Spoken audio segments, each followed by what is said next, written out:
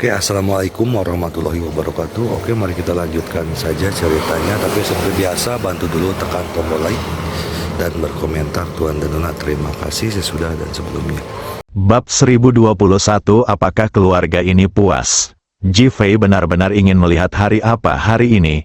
Apakah ini hari ketika keberuntungan romantis Anda kuat, bahkan melimpah? Baru saja, 3 wanita, Kawashima Keiko, Oda Miki, dan Anzai Rika, ingin berhubungan seks dengannya. Ketika Ji Fei mendengar pikiran ketiga wanita itu, dia hampir mimisan.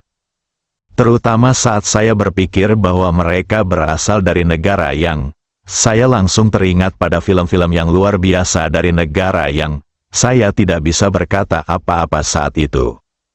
King Chang memberitahu Ji Fei cara menyelamatkan Huo Lei. Ji Fei bukan orang bodoh, jadi tentu saja dia tahu apa maksudnya. Bukankah itu hanya untuk memungkinkan Anda dan Huo Lei berinteraksi lebih banyak? Untungnya, saya hanya memperlakukannya sebagai teman, dan kemudian saya ingin mencari tahu di mana ibu yang menulis kepada saya itu. Sekarang keadaan sudah berbeda. Tuan An justru secara langsung mengusulkan agar cucunya Angel melahirkan seorang anak untuknya. Kalau aku menganggukkan kepala, Tuan An pasti setuju, dan keluarga An pun pasti setuju. Bagaimana dengan Angel? Ji Fei 100% yakin bahwa dia akan mati karena malu. Tetapi akan setuju juga, semua ini hanyalah mimpi bagi orang biasa. Tapi bagi Ji Fei hal ini sangatlah menyebalkan. Di hatinya hanya ada istrinya, Li Ruoxi. Memiliki dia sendirian sudah cukup untuk hidupku. Ketika An Lao melihat ekspresi Ji Fei yang terus berubah, dia tahu bahwa Ji Fei akan menolaknya, dan dia menghela nafas. Hei, An Kier sudah lama tidak pulang, dan tidak pernah kembali ke Yangguo. Ji Fei tertegun sejenak, lalu dengan cepat menarik kembali pikirannya dan menatap An Lao. Mengapa begitu? Setelah insiden terakhir dengan keluarga Wu tahu mereka tidak bisa mendapatkan Angel. Jadi mereka menghasut Ji Yunpeng dari keluarga Ji untuk mengejar Angel. Keluarga Ji berinisiatif mencari seseorang untuk bertindak sebagai mak comblang. Saat Tuan An mengatakan ini, dia sengaja berhenti dan menatap Ji Fei, ingin melihat reaksinya. Ji Fei mengerutkan kening dan tidak mengatakan apa-apa. Keluarga Ji, keluarga Zhao dan keluarga Wu di Longdu semuanya berasal dari 4 keluarga besar. Sebenarnya, keluarga Ji adalah keluarga ayahnya, keluarga Zhao adalah keluarga ibunya, dan mengenai keluarga Wu, Ji Fei sudah tahu bahwa percobaan pembunuhan terhadapnya di Suzongland ditugaskan oleh keluarga Wu. Jika tidak ada terlalu banyak hal yang terjadi baru-baru ini, dia akan membalas dendam pada keluarga Wu. Tanpa diduga, pada saat ini, mereka malah menghasut keluarga Ji untuk mengejar Angel. Kamu keras kepala sekali. Melihat wajah Ji Fei yang terus berubah, Penatuaan merasa senang dan dengan sengaja berkata, Ji Yunpeng ini adalah elit dari generasi muda keluarga Ji. Dia memiliki ketajaman bisnis yang sangat kuat dan merupakan keturunan paling menonjol dari keluarga Ji selain ayahmu. Dia sekarang menjadi pilihan pertama untuk pewaris masa depan keluarga Ji. Bahkan, dia memang tujuan terbaik bagi malaikat. Setelah berkata demikian, tatapan matanya menyapu wajah Ji Fei, seakan berkata bahwa keunggulan Ji Fei tidak cukup untuk dibandingkan dengan yang lain. Meskipun Ji Fei berusaha semaksimal mungkin untuk tampil natural, ekspresinya tetap tidak natural, dan masih ada kerumitan yang tak terlukiskan di wajahnya. Bukan karena dia iri atau cemburu, hanya saja pihak lain membandingkannya dengan ayahnya, sehingga dia merasa tidak enak. Ji Fei menarik napas dalam-dalam dan berkata, seorang pemuda yang luar biasa, mengapa Angel tidak setuju? Patuaan menggelengkan kepalanya, saya tidak bisa memahami pikiran anak muda. Terkadang saya bertanya-tanya apakah anak muda ini bodoh, mereka tidak tahu bagaimana menghargai pria dan wanita yang baik. Dalam satu kalimat, itu sangat berarti. Ji Fei merasa sangat rumit setelah mendengar ini, dan menoleh dengan cepat. Dia tahu apa yang dimaksud Tuan An, tetapi itu tidak ada hubungannya dengan dirinya. Melihat Ji Fei masih tidak tergerak, An Lao merasa kecewa. Ia menarik kembali pikirannya dan berkata sambil tersenyum, "Apakah ada sesuatu yang membuatmu datang ke sini tiba-tiba hari ini?" Melihat mereka membicarakan hal serius, Ji Fei langsung mengangguk dan berkata, "Saya ingin tahu apakah Tuan An akan menghadiri konferensi seni bela diri kota Ningjiang besok." "Saya tidak akan berpartisipasi, saya akan menonton siaran langsungnya saja. Saya sudah terlalu tua untuk tertarik. Yang lebih penting, orang-orang itu bukanlah pejuang yang benar-benar hebat di mata saya. Hati saya sakit saat menonton mereka." Ji Fei tidak menyangka An Lao akan bersikap seperti itu. Tepat saat dia hendak berbicara, An Lao berbalik dan menatapnya. "Jika kamu ingin pergi, aku akan pergi. Aku masih berharap kamu dapat diperhatikan oleh banyak orang dan menjadi lebih baik." "Ji Fei, saya merasa tersentuh di hati saya. Tuan An ini benar-benar orang yang tulus dan sangat baik kepada saya. Tahukah kamu? Siapapun yang bisa berdiri di sisi Tuan An akan dipandang berbeda oleh banyak orang di Long Country. Ini adalah perawatan lansia, orang yang pernah berada di puncak piramida. Seseorang yang banyak orang kagumi namun jarang mereka temui. Yang lebih penting adalah bahwa Tuan An biasanya sangat memperhatikan hal-hal ini. Jadi hanya sedikit orang yang memiliki kesempatan seperti itu, termasuk An Wendong. Dia tidak menyangka bahwa Tuan An akan mengambil inisiatif untuk bersikap begitu antusias kepadanya." "Terima kasih, Tuan An, kau sangat sopan. Aku sudah tua, aku hanya ingin generasi muda menjadi lebih baik, dan kau juga lebih baik, dengan begitu aku akan bahagia." "Aku sengaja mengatakan itu kamu," dan ada senyum lebar di mataku. Ji Fei dengan cepat menoleh ke samping. Dia tidak bisa menjawab. "Kapan kamu berangkat besok? Aku akan ikut denganmu. Keputusan untuk pensiun telah diambil. Aku akan menjemputmu besok." Melihat Tuan An mengambil inisiatif untuk berbicara, Ji Fei juga mengatakannya secara langsung. "Baiklah, sampai jumpa besok." Ji Fei mengangguk. "Aku kembali dulu." Tuan An mengangguk dan memperhatikan Ji Fei pergi sambil tersenyum. Saat Ji Fei berjalan pergi, Tuan An tiba-tiba tertawa terbahak-bahak. "Dasar bocah nakal, cepat atau lambat kau akan menjadi menantuku." "Ayah, apa yang ayah bicarakan?" Ji Fei sudah punya istri, suara An Wendong terdengar. "Apa yang perlu ditakutkan? Apakah lelaki yang baik akan kekurangan wanita?" An Wendong terdiam. "Jangan pikir aku tidak kenal wanita di dekatmu." Si tua An memandang An Wendong dan menggumamkan sesuatu. Wajah tua An Wendong memerah. Karena kemampuannya yang luar biasa, ia memiliki beberapa wanita yang bisa dipercaya. Tetapi masalah ini sangat rahasia dan bahkan istrinya tidak mengetahuinya. Ia tidak menyangka bahwa ayahnya akan mengatakannya secara langsung.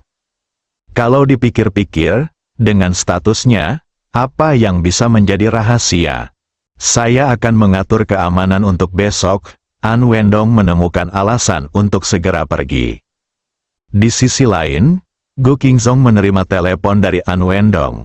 Ketika dia mendengar bahwa Tuan An akan berpartisipasi dalam konferensi seni bela diri besok, dia sangat tertekan hingga ingin muntah darah. Bahan peledak yang telah dia persiapkan tidak dapat digunakan sekarang. "Segera panggil anak buahmu dan mulai membersihkan." Pada saat yang sama, dia juga bergegas ke tempat kejadian untuk mengarahkan operasi, berharap untuk membunuh Ji Fei di dalam tanpa menimbulkan ancaman bagi Tuan An.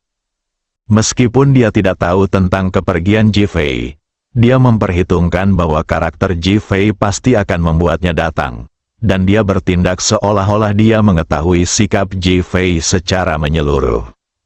Setelah Gu Qingzong pergi, Qi Yuan yang telah berdandan, berhasil memasuki grup Chen Fei dan membawa pergi Huo Lei yang sedang pingsan. Di sisi lain, Ji Fei kembali ke Villa Hui Cui Yuan dan menemukan bahwa seluruh rumah penuh dengan wanita. Li Ruoxi, Seng Lingyun, Zhu Li, Feng Huang, Kawashima Jizi, Oda Miki, Anzai Rika dan Huo Lei yang tidak sadarkan diri. Ji Fei merasa kepalanya begitu berat. Li Ruoxi mengangkat alisnya ke arah Ji Fei. "Suamiku, apakah kamu puas dengan keluarga ini?" Ketika Ji Fei mendengar perkataan Li Ruoxi, dia teringat akan kecemburuan Li Ruoxi, dan matanya langsung penuh dengan kewaspadaan, dan dia dengan cepat berkata, "Aku puas selama aku punya istri." "Fiu, haha." Wanita di ruangan itu tersenyum genit. "Aku tidak menyangka Ji Fei adalah suami yang manja." Qi Yuan berjalan keluar dan berkata, "Tuan, Anda telah tertipu." Ji Fei berbalik dan berjalan pergi. Bab 1022 Qincang, kaulah yang menopang langit.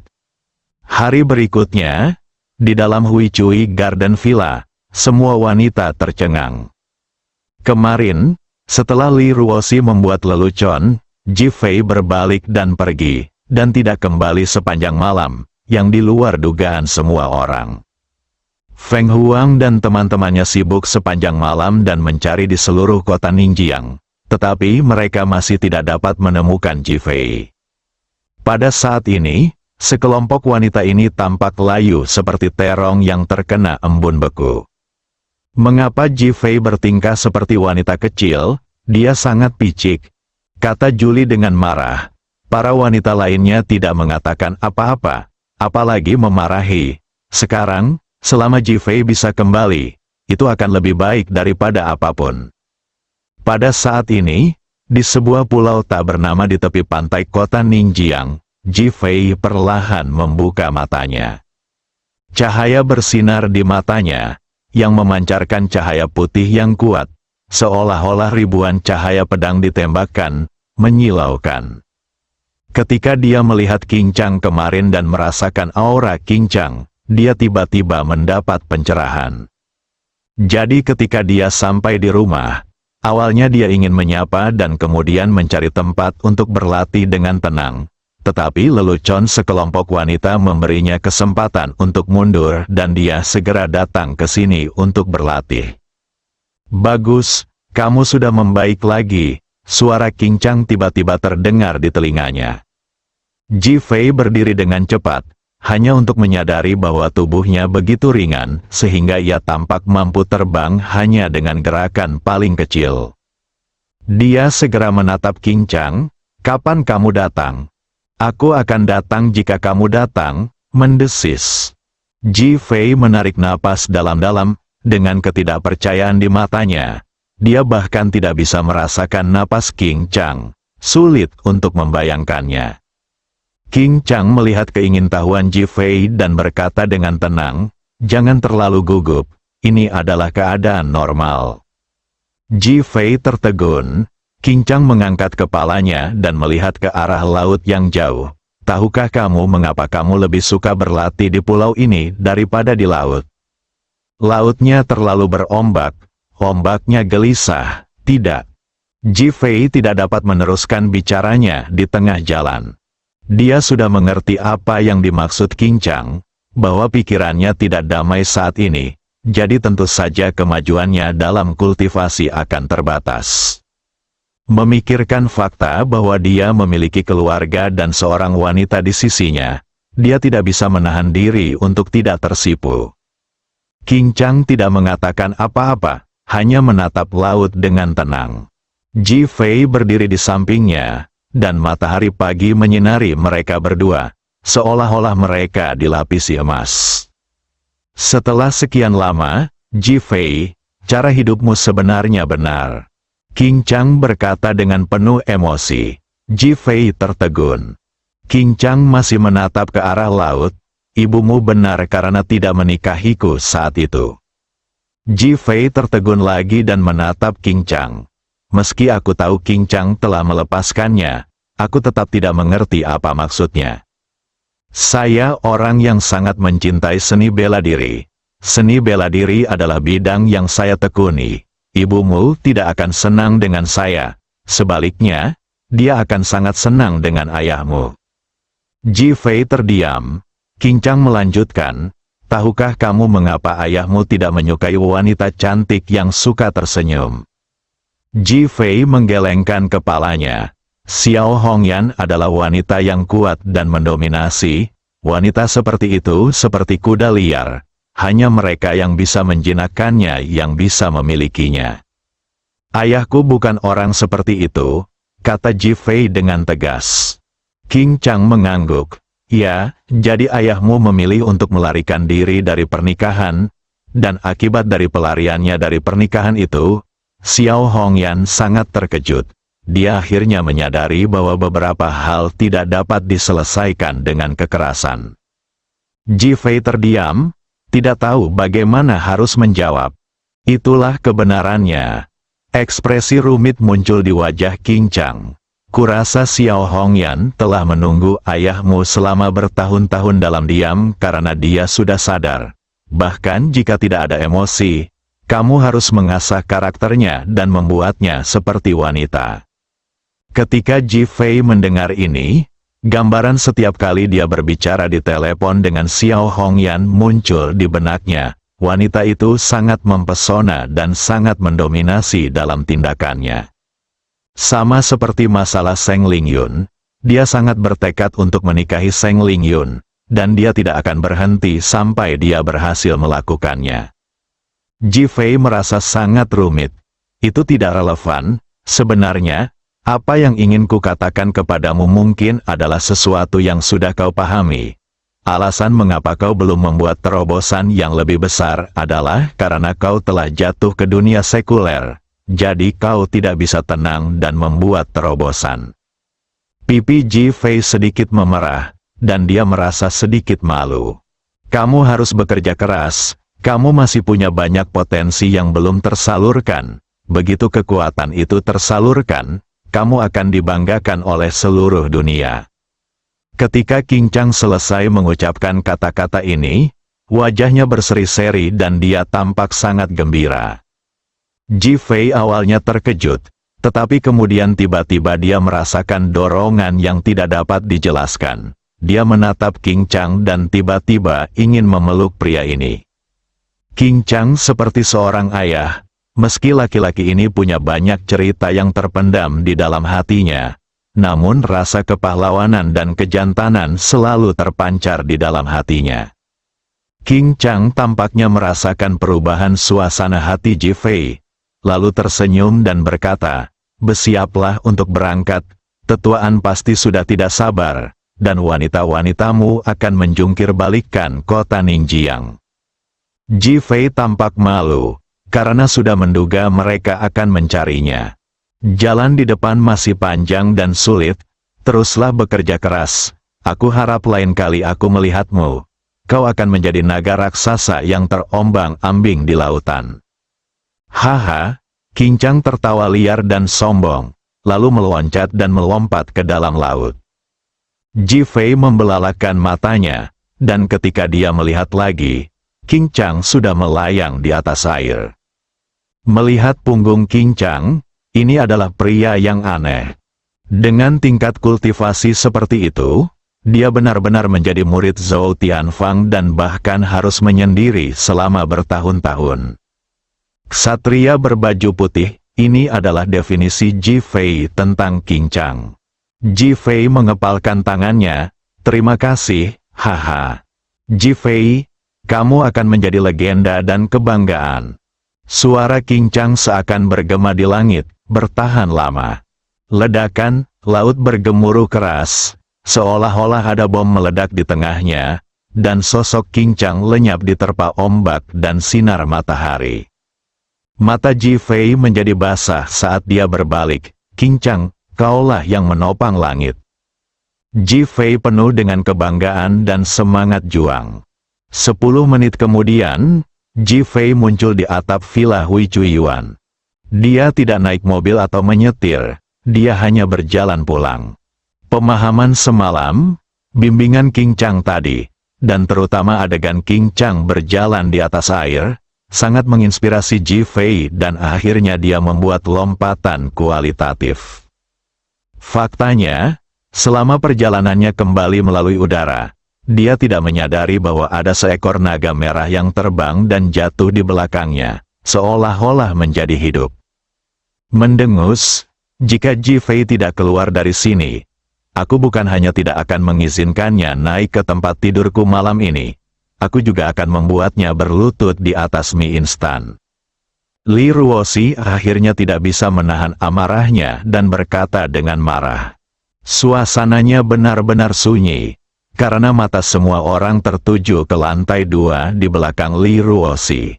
Ji Fei muncul, wajahnya masih penuh senyum dan keceriaan, tetapi sangat menawan. Li Ruoxi menoleh perlahan, lalu matanya melebar, tenang, senyum, cuek, kepercayaan diri, tidak peduli berapa banyak kata yang ada, mereka tidak dapat menggambarkan Ji Fei di hadapanku. Suami, Li Ruoxi bergegas menghampiri sambil menangis. Bersambung.